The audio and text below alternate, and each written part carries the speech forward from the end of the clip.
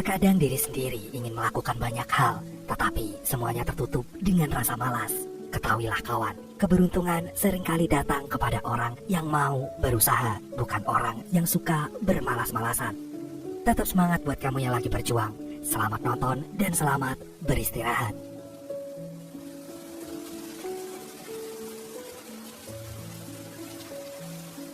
Anak muda yang sedang memanjat tembok seperti maling ini adalah Kapil, Yas, dan Vinay. Mereka bertiga bersahabat, tetapi memiliki sifat yang berbeda. Mereka tinggal bersama dan menjalankan bisnis bersama. Oleh karena itu, kita panggil aja mereka tiga serangkai. Yang ini namanya Kapil. Dia pintar dalam memimpin, memasarkan produk, dan sering memiliki ide cemerlang. Walaupun kadang-kadang idenya di luar nalar. Kalau yang ini, Vinay, si paling ganteng dan jago dalam desain, kalem dan gak mudah emosi. Walaupun gitu, dia termasuk sad boy yang ditinggal nikah sama pacarnya. Dan yang terakhir adalah Yas. Dia sangat pintar dalam perkodingan, pendiam, dan pemabuk. Bahkan setiap hari, ia minum alkohol. Siang ini, tiga serangkai mendatangi sebuah seminar kompetisi pembuatan aplikasi. Saat sedang mendengarkan seminar, Vinay tampak gak fokus. Dia melihat ke media sosial miliknya. Ternyata, dia sedang stalking pacarnya, si Richa. Terlihat di layar HP-nya, Richa mengunggah foto pernikahan dengan pria lain yang udah disiapkan oleh orang tuanya. Melihat itu, dia jadi galau lagi. Akhirnya, dia pun meninggalkan seminar itu. Berbeda dengan Kapil, dia terlihat sangat fokus mendengarkan motivasi yang diberikan. Kapil terlihat mendapatkan pencerahan setelah mendengar seminar ini. Dia merasa memiliki harapan untuk membangun rintisan seperti mimpinya selama ini. Makan siang kali ini, Kapil ditemani oleh salah satu teman wanitanya. Wanita itu memiliki rintisan bisnis juga, membuat saluran telepon bantuan untuk orang yang akan bunuh diri. Dia menganggap ide ini gila, tetapi sang wanita kekeh bahwa dia bisa merubah dunia dari hal yang paling kecil. Mendengar itu, Kapil pun ingin membuat hal yang sama, hal kecil yang bisa membantu umat manusia. Pagi ini, Kapil terlihat sibuk menjadi sukarelawan di desa Tamsandra.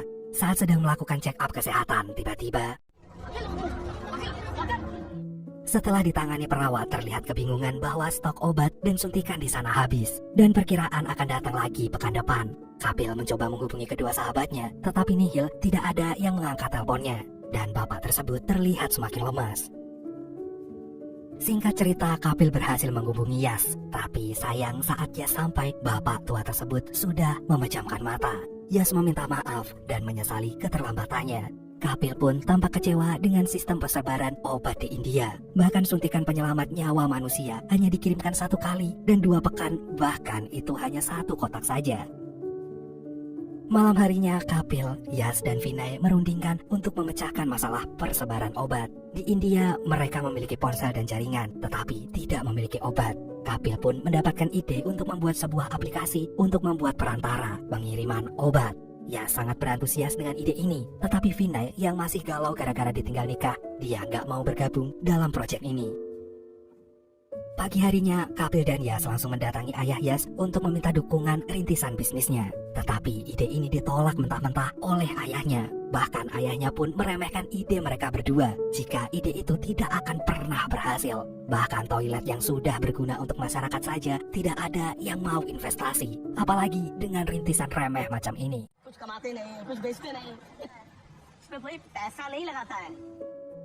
Namun di lain sisi, ayah Yas juga mendukung ide putranya. Dia tidak khawatir karena ada Kapil di sampingnya. Ayahnya juga mengatakan bahwa dia terkena penyakit Parkinson atau penyakit pada sistem saraf yang mengganggu tubuh dalam mengontrol gerakan dan juga keseimbangan. Penyakit ini diturunkan dari kakeknya Yas, dan mendengar hal ini, Yas pun menjadi sedih. Dengan izin ayahnya, Yas mulai menjalankan rintisannya. Aplikasi ini bernama Carry Karo. Yas sibuk membuat coding untuk aplikasinya, sedangkan Kapil terlihat puas dengan aplikasi buatan Yas. Di sisi lain, Vinay dari kejauhan merasa kurang suka dengan desainnya.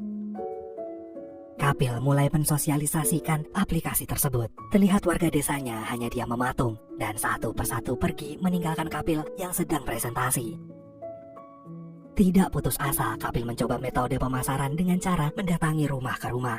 Walaupun demikian, warga tetap tidak menyambut dengan baik. Mereka kesulitan memahami cara penggunaan aplikasi tersebut, walaupun Kapil sudah menjelaskan dengan secara perlahan. Kapil mencoba mendiskusikan dengan Yas fitur di aplikasi mereka yang sulit digunakan untuk warga. Vinay yang mendengar dari kejauhan, dua sahabatnya pun berdiskusi sengit menyetujui bahwa aplikasinya sulit untuk digunakan.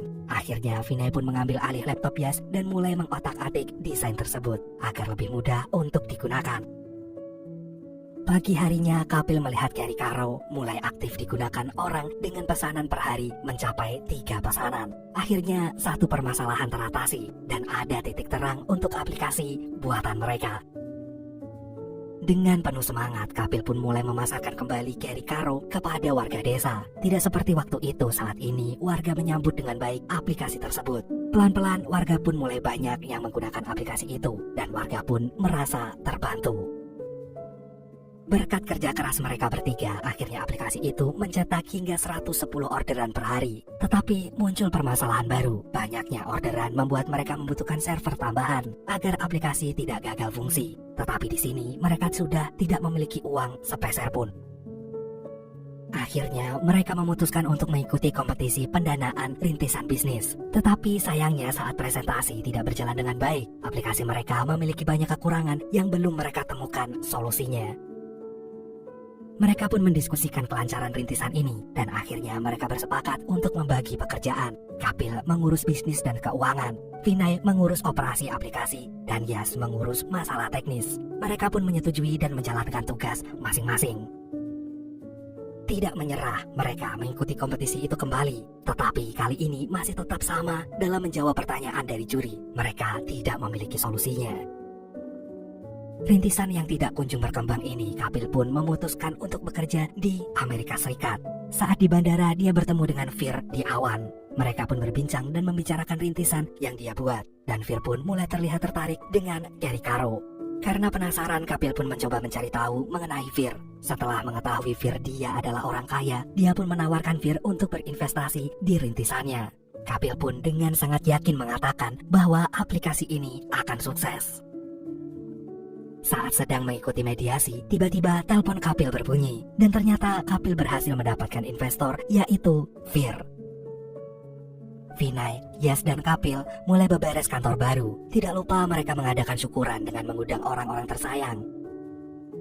Saat Vinay ngobrol dengan karyawan lain, tiba-tiba ada kurir yang mengantarkan pesanan Yas. Vinay melihat Yas order sebotol alkohol. Melihat ini, Vinay menanyakan bagaimana dia order. Ternyata menggunakan carrycaro.com. Yas mengatakan apakah ini adalah pengembangan yang dia lakukan untuk aplikasi Caro. Ada banjir besar yang melanda distrik Balgevi. Permintaan obat meningkat tetapi kurir tidak ada yang mau mengantar ke sana. Vinay dan Yas mengajak Kapil untuk mengantarkan obat sendiri, tapi Fir menghalangi hal tersebut. Mendengar itu, Kapil pun bimbang dan dia ingin ikut sahabatnya karena satu nyawa sangat berharga. Tetapi dia harus mempertahankan perusahaan. Pada akhirnya, Yas dan Vinay datang berdua untuk mengantarkan obat. Pagi harinya, Yas dan Vinay melihat wawancara yang dilakukan oleh Fir dan Kapil. Vinay melihat logo Carry Caro berubah, dan melihat ini Vinay dan Yas sangat marah mengapa Kapil tidak mendiskusikan hal besar ini kepada mereka berdua. Vinay, Yas, dan Kapil sedang mendiskusikan masalah yang ada di Carry Caro. Mulai dari Kapil memanipulasi data kerugian, perdebatan argumen semakin sengit, hingga Vinay mengingatkan alasan mereka membuat bisnis ini, yaitu untuk membantu orang lain. Vinay dan Yas sangat kesal melihat Kapil sangat nurut dengan omongan Fir. Dan melihat Kapil sangat terobsesi dengan bisnis ini, sampai-sampai melakukan berbagai cara. Bahkan cara curang pun dia lakukan, membuat Yas semakin kesal, dan mengancam akan mundur dari proyek ini. Keesokannya, mereka meeting dengan para investor. Investor meminta pengembangan dari aplikasi ini. Kapil pun terlihat kebingungan. Sampai akhirnya Vinay menjelaskan bahwa aplikasi tersebut sudah mereka kembangkan menjadi 2 arah. Dan tak hanya untuk obat-obatan saja. Dan mendengar ini, para investor pun tertarik. Namun perdebatan Vinay, Yas, dan Kapil pun masih berlanjut. Kali ini malah semakin besar. Vinay merasa sudah tidak bisa bekerja sama lagi dengan Kapil yang mulai tidak satu visi dan misi dengan mereka. 1 tahun telah berlalu. Vinay, Yas, dan Kapil pun sibuk dengan kegiatan masing-masing. Ya, Yas dan Vinay memutuskan keluar dari proyek carrycaro.com. Sedangkan Kapil melanjutkan bisnis yang dia buat bersama sahabatnya itu, dan saat ini telah sukses menjadi rintisan logistik konsumen yang terbesar di India dengan omset miliaran rupiah. Saat ini Kapil sedang menjadi juri di kompetisi pendanaan rintisan bisnis. Kali ini yang sedang presentasi dari hirehelp.com. Saat sedang mempresentasikan aplikasinya, tiba-tiba aplikasi itu tidak berfungsi dengan baik. Kapil pun melihat bahwa aplikasi tersebut CTO-nya adalah Yas. CTO adalah orang yang bertanggung jawab atas operasi aplikasi dan pengembangannya. Yas terlihat kebingungan, sedangkan Kapil menatap sedih melihat sahabatnya itu sedang berada dalam kebingungan. Saat Kapil keluar dari ruangan kompetisi, dia melihat Yas sedang diomeli oleh teman-temannya karena dia menganggap Yas gak becus menjadi CTO. Melihat ini membuat Kapil semakin gak tega, dan akhirnya ia memutuskan untuk mengabaikan agar Yas tidak merasa malu. Bersamaan dengan Fir, Kapil mendatangi SoftSend Venture Capital untuk mengajaknya berinvestasi ke carrycaro.com. Nyonya Cheung yang mendengar Fir terus menjelaskan dan melihat Kapil selaku pemilik perusahaan ini hanya diam, sedikit kesal. Dia mengatakan bahwa Kapil selaku pemilik perusahaan dan pendiri tidak menghormati dirinya sendiri, bahkan memilih orang lain yang bukan pendiri mempresentasikan hasil buatannya. Mendengar hal ini, Kapil seperti tersentil. Dia mulai mengingat kenapa dan apa alasan dia membuat rintisan bisnis ini. Kapil pun mengejar Nyonya Cheung dan menjelaskan alasan dia membuat rintisan ini. Dia mengingat bahwa alasannya adalah dia ingin membantu desa yang tidak terjangkau obat-obatan.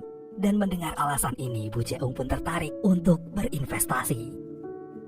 Akhirnya lagi dan lagi, Kapil berhasil mengatasi masalah dalam bisnis ini dengan mendapatkan suntikan dana dari SoftSend Venture Capital sebesar 6 miliar. Hal ini membuat carrycaro.com menjadi salah satu kisah sukses aplikasi rintisan di India dengan jumlah order mencapai 112.758 transaksi per hari.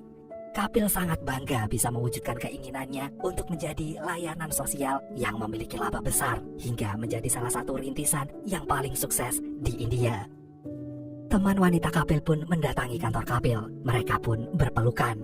Temannya yang datang untuk meminta pendapat pada Kapil mengenai investor untuk rintisannya yang udah dia lakukan sejak lama, yaitu aplikasi yang membantu menyelamatkan orang bunuh diri. Kapil pun memberikan saran untuk menjanjikan pertumbuhan yang pesat agar mereka mau berinvestasi. Mendengar hal itu, wanita tersebut menyimpulkan bahwa Kapil merelakan semua permainan nilai agar bisa mendapatkan investor. Walaupun ide ini bagus, tetapi wanita ini berpendapat semua yang dia dapatkan saat ini hanya gelembung yang suatu saat akan meletus. Vinay dan Yas mendatangi kantor Kapil. Yas ingin memulai bisnisnya untuk membangun rintisan baru, tetapi tidak memiliki dana. Dan oleh karena itu, dia ingin mencairkan sahamnya di Carrycaro. Tetapi hal ini tidak bisa karena saham bisa dicairkan jika sudah 3 tahun ke depan. Dan saat ini masih dalam masa kunci.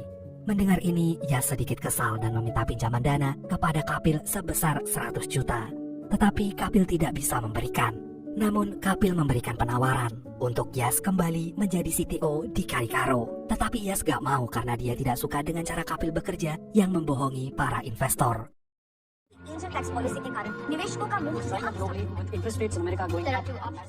Resesi itu membuat perusahaan carrycaro.com terancam gulung tikar juga. Banyak investor yang tidak mau memberikan suntikan dana, tetapi Kapil tidak menyerah. Dia mencoba untuk mendatangi investor satu persatu, walaupun semuanya menolaknya. Dan jumlah transaksi pun mulai menurun setiap harinya. Tiba-tiba salah satu karyawannya mendatangi Kapil dan bilang bahwa bisnis mereka ditiru dengan nama Delivercaro. Dan memang benar aplikasi tersebut sangat mirip, bahkan tampilan depannya pun sama, hanya berbeda warna. Saat rapat besar bersama investor, Fir memberikan idenya untuk membeli aplikasi yang meniru carrycaro.com, yang salah satu pendirinya adalah menteri di Indonesia, sehingga Fir akan membuka pasar di Indonesia juga. Kapil pun terkejut dengan ide ini dan tidak menyetujuinya. Kapil dan Fir mulai meradu argumen, hingga akhirnya Fir pun membuka kartu as Kapil bahwa dirinya pernah memanipulasi angka untuk mendapatkan investor. Mengetahui hal tersebut, para investor terkejut. Tidak bisa menahan emosinya, Kapil hampir saja menghajar Fir di tengah ruang rapat itu. Fir pun mulai memprovokasi para investor untuk menurunkan posisi CEO dan Kapil digantikan oleh CEO lain, yaitu Ravi Basil. Saat hal berat ini muncul, yang terfikirkan oleh Kapil adalah menemui para sahabatnya. Sahabat yang sudah disia-siakan untuk mendapatkan kesuksesan yang dia inginkan. Walaupun demikian, Yas dan Vinay tetap menerima Kapil. Malam itu, Vinay dan Yas berusaha menghibur temannya ini. Mereka pun minum bersama-sama dan nongkrong bersama kembali. Vinay bercerita saat dia ditinggal nikah pacarnya, dia bisa bangkit lagi. Alasan dia bangkit karena dia memiliki sahabat yaitu Kapil dan juga Yas. Vinay pun meminta Kapil untuk relakan hal yang telah terjadi dan meminta Yas untuk mengurangi kebiasaan jeleknya berminum alkohol lebih dan mulai lembaran baru bersama-sama. Yas meminta tolong Vinay untuk mencarikan lowongan baru di perusahaan temannya. Vinay pun senang akhirnya Yas mau bangkit dari keterpurukannya. Kapil dan Vir sedang mendebatkan divisi LSM yang menjadi jiwa dari perusahaan ini akan dibubarkan. Kapil mencoba untuk mempertahankan tetapi keputusan Vir sudah bulat. Kapil pun berjalan menyusuri kantor yang dia bangun susah payah dan hari ini dia bisa ditendang dengan mudah. Hasil kerja kerasnya seperti angin lalu yang cepat sekali pergi. Hari ini Yas pun mulai interview berkat Vinay yang merekomendasikan ke temannya. Yas datang dengan sangat percaya diri dan saat interview dimulai, Yas mulai memamerkan keahliannya. Tetapi bapak dan ibu yang menginterview mengatakan bahwa semua yang Yas miliki adalah ilmu dasar saja. Dan saat ditanyakan mengenai pengalaman teknologi terbaru, Yas bingung karena dia tidak memilikinya. Dengan sangat terkejut, bapak dan ibu yang menginterview akhirnya akan mencarikan Yas untuk posisi lain karena sudah berjanji dengan Vinay. Posisi lainnya itu bukan menjadi CTO, dia bahkan akan dijajarkan oleh pemula. Mendengar hal ini, Yas sangat kecewa dan merasa berkecil hati.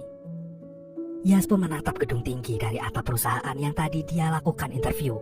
Dia mulai mengeluarkan alkohol miliknya, menekuknya perlahan hingga hampir habis. Pikirannya kacau, dia berdiri di pinggir gedung dan bersiap untuk melompat. Kapil dan Vinay pun termenung. Yas sangat kecewa dengan teman-temannya. Saat dia ingin mati, tidak sedikit pun terlintas di pikirannya untuk menghubungi kedua sahabatnya. Dia gak nyangka pertemanannya hanya segini saja. Kapil pun mendatangi perusahaan Jani, yaitu perusahaan milik teman wanita satu-satunya yang memiliki aplikasi untuk menyelamatkan orang yang ingin bunuh diri. Kapil pun memeluk temannya itu dan berterima kasih. Berkat dia, Kapil teringat apa tujuan membuat rintisan bisnis. Tanpa pikir panjang, Kapil segera kembali ke perusahaan. Saat rapat sedang dimulai, Kapil memotong rapat dan mengatakan bahwa dirinya akan mengundurkan diri. Dia janji tidak akan membuat drama, tetapi Kapil memiliki satu syarat. Dia ingin membawa divisi LSM bersamanya. Dia tahu dia merugikan perusahaan ini, tetapi Kapil membutuhkannya.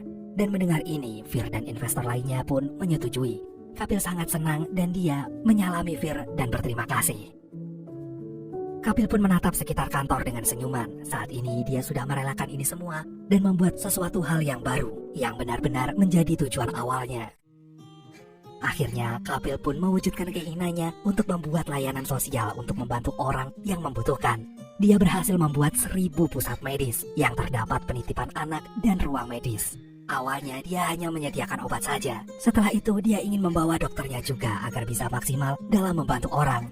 Dan dalam waktu 1 bulan peluncuran ide ini, sudah 3000 dokter yang terdaftar. Tidak hanya itu, akhirnya dia akur kembali dengan para sahabatnya, Yas dan juga Vinay, yang sekarang bertanggung jawab dengan pusat pengembangan.